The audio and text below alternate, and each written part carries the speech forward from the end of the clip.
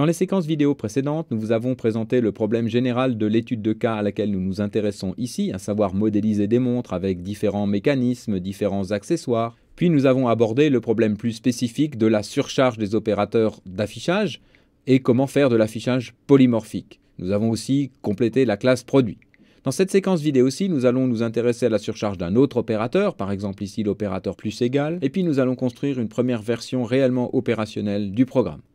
Commençons donc par ajouter un opérateur plus égal à la classe montre, qui, je vous rappelle, donc héritait de produit, et puis avait donc un mécanisme, plus exactement un pointeur sur un mécanisme pour le polymorphisme, et surtout, ce qui va nous intéresser ici, un tableau dynamique de pointeurs sur des accessoires, que l'on a appelé donc ici accessoires.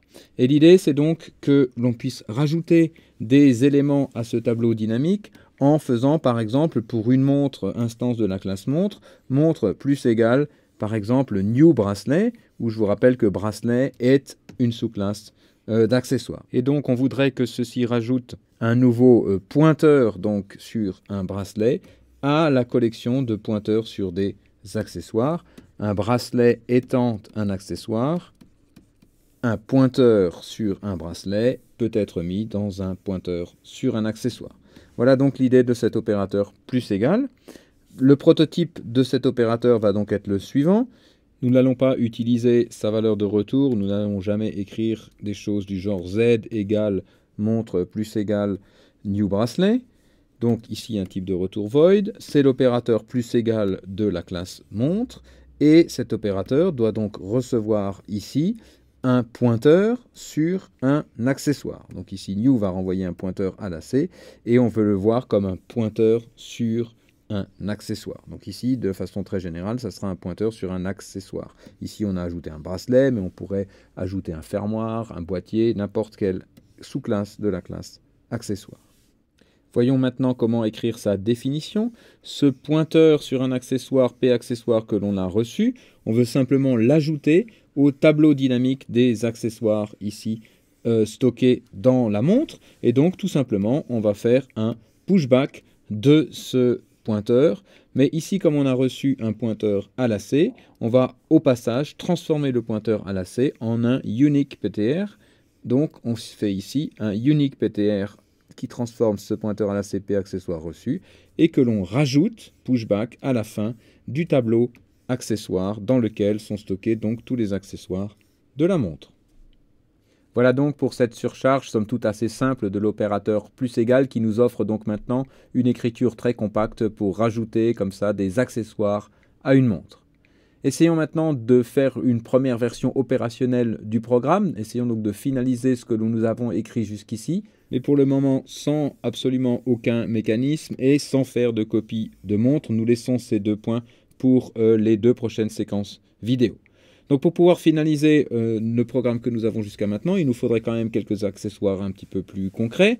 Il faudrait terminer la classe montre qui pour l'instant n'est pas encore tout à fait opérationnelle. Et puis bien sûr utiliser tout ceci dans un main typique. Nous allons reprendre ces points les uns après les autres, à commencer par donc quelques accessoires. Pour rappel donc nous avons une classe accessoire qui est un produit et décidons par exemple que nous ayons au niveau des accessoires un nom pour pouvoir les désigner. Donc pour ceci, on va dire qu'on a un nom qui ne changera pas une fois qu'il a été fixé par le constructeur. Et nous allons donc ajouter un constructeur à la classe accessoire qui prendra donc un nom pour pouvoir nommer cet accessoire. Et puis, il ne faut pas oublier que tout produit peut être vendu et a donc un prix et recevra donc un second paramètre ici pour pouvoir initialiser le prix du produit. La section liste d'initialisation du constructeur accessoire va commencer par appeler le constructeur de la superclasse produit, en passant ici donc le paramètre prix de base que l'on a reçu. Et puis ensuite, on initialisera l'attribut nom avec le nom reçu. Voilà donc pour le constructeur qu'on a décidé de donner à tous les accessoires. Et décidons maintenant d'une façon d'afficher les accessoires, car je vous rappelle que tous les produits sont capables de s'afficher de façon polymorphique. Nous allons donc ici redéfinir la méthode afficher que nous avons héritée de produit. On dit qu'on l'a redéfini en ajoutant le mot-clé ici override, et décidant que, par exemple, il s'affiche en indiquant le nom et leur prix. Donc on va afficher simplement le nom, puis on va indiquer qu'il coûte, et nous savons déjà afficher le prix en appelant directement la méthode affichée de la superclasse produit. Donc ici, on utilise l'opérateur de résolution de portée pour démasquer la méthode affichée héritée de la superclasse produit, parce que bien sûr, si l'on écrit affiché tout seul sans démasquage ici, ça sera la méthode affichée de la classe en question, et on aurait ici une récursion infinie. Affichée s'appellerait elle-même, et donc pour, dans la méthode affichée de la classe accessoire, appeler la méthode affichée héritée de la superclasse produit, il faut ici donc démasquer cette méthode affichée. Enfin, comme nous avons un comportement que l'on souhaite polymorphique avec des méthodes virtuelles, on n'oublie pas de rajouter donc le destructeur polymorphique, le destructeur virtuel pour la classe dont on souhaite avoir un comportement polymorphique, de sorte que si l'on a des sous-classes qui héritent, et c'est ce qui sera le cas d'accessoires qui ont besoin d'avoir un destructeur qui fait des comportements particuliers, ce soit bien effectivement leur destructeur qui soit appelé de façon polymorphique et non pas le destructeur de la classe accessoire. Décidons enfin que le prix des accessoires est le même que le prix d'un produit usuel, c'est-à-dire un produit général tel que nous l'avons conçu tout en haut de la hiérarchie. Et donc à ce moment-là, nous n'avons rien du tout à faire, puisque la méthode prix que nous avons héritée de la classe produit suffit ici, et donc on n'a pas besoin de la redéfinir dans la classe accessoire. Nous avons donc ici une classe accessoire tout à fait opérationnelle et qui correspond à ce que nous souhaitons. Définissons donc maintenant quelques accessoires. Donc par exemple un bracelet. Un bracelet est un accessoire. Donc on va avoir ici une relation d'héritage. Au niveau des accessoires, admettons que l'on souhaite que leur nom, je vous rappelle que les accessoires ont un nom, donc tous les accessoires vont hériter ce nom. Admettons que l'on souhaite que donc chacun des accessoires ait comme ça un nom qui marque effectivement ce que c'est. Donc par exemple, le nom d'un bracelet va commencer par bracelet, le nom d'un fermoir va par exemple commencer par fermoir. Et donc on va forcer ceci au niveau du constructeur. Donc par exemple, pour la sous-classe bracelet de la classe accessoire, on recevra donc le nom qui sera le complément qu'on va rajouter ici derrière bracelet. Donc par exemple en cuir, pour que le nom complet soit bracelet en cuir.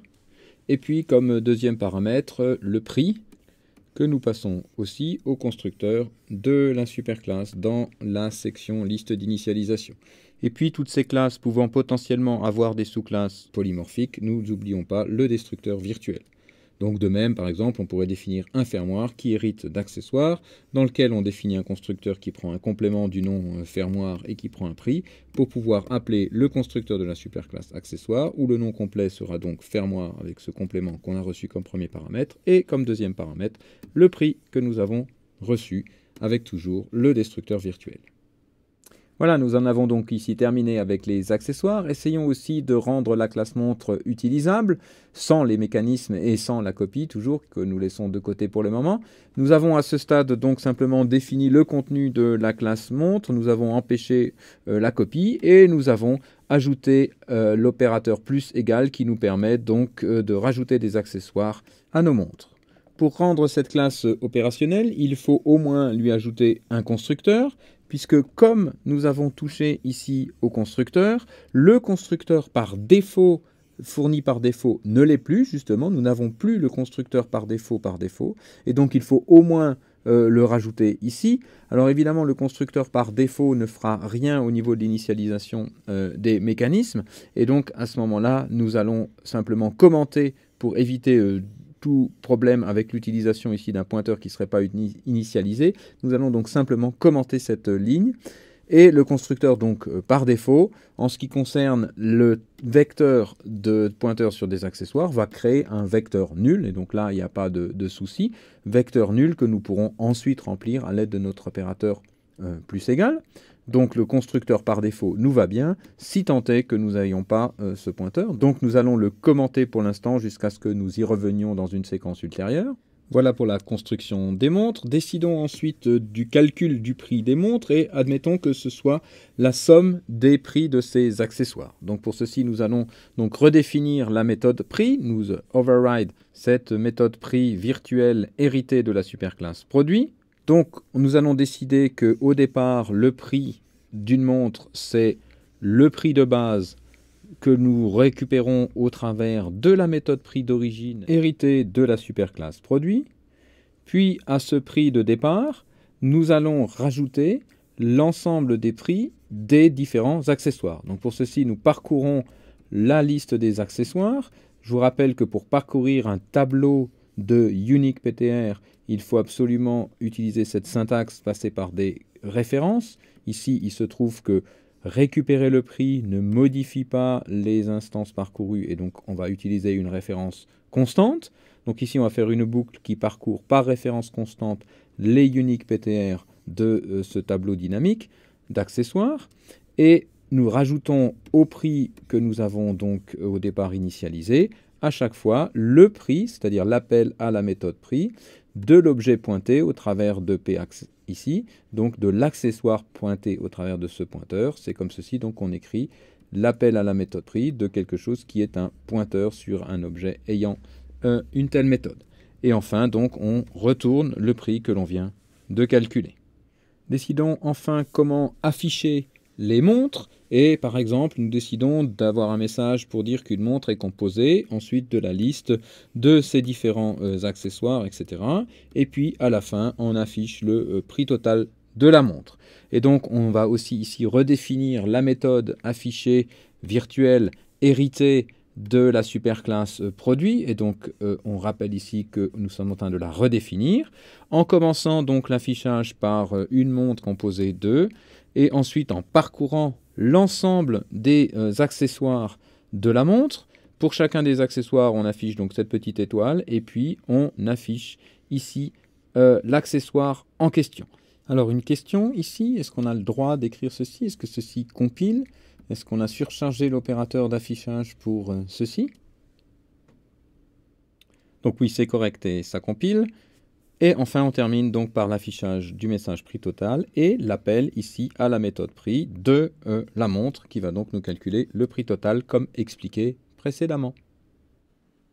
Enfin donc, pour avoir un programme exécutable, il nous faut bien un main que nous allons donc ici utiliser pour tester les implémentations des objets que nous venons de créer. Et donc pour ceci, dans le main, nous allons déclarer comme ceci une montre. Nous pouvons tout à fait faire ceci puisque nous avons un constructeur par défaut à ce stade-là. Ensuite, dans la montre, nous ajoutons différents accessoires comme ceci. Chacun des accessoires a son constructeur avec donc le nom ou le complément du nom et puis son prix. Donc on ajoute comme ça par exemple 4 accessoires. Et enfin on affiche un message pour afficher la montre ici avec l'opérateur d'affichage que nous avons vu précédemment.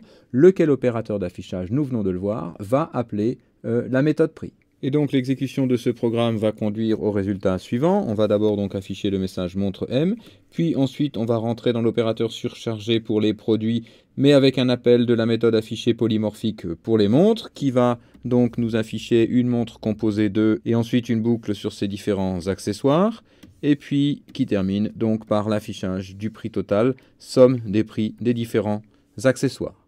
Pour ceux qui le souhaitent, l'entièreté du code est disponible sur le site du cours. Voilà, ceci termine la présentation de cette première version opérationnelle de notre code. Reste encore 2 chapitres à aborder dans les 2 séquences vidéo suivantes. Tout d'abord donc tous ces mécanismes avec l'héritage multiple et puis enfin la notion de copie d'une montre, comment faire une copie profonde des différents accessoires d'une montre.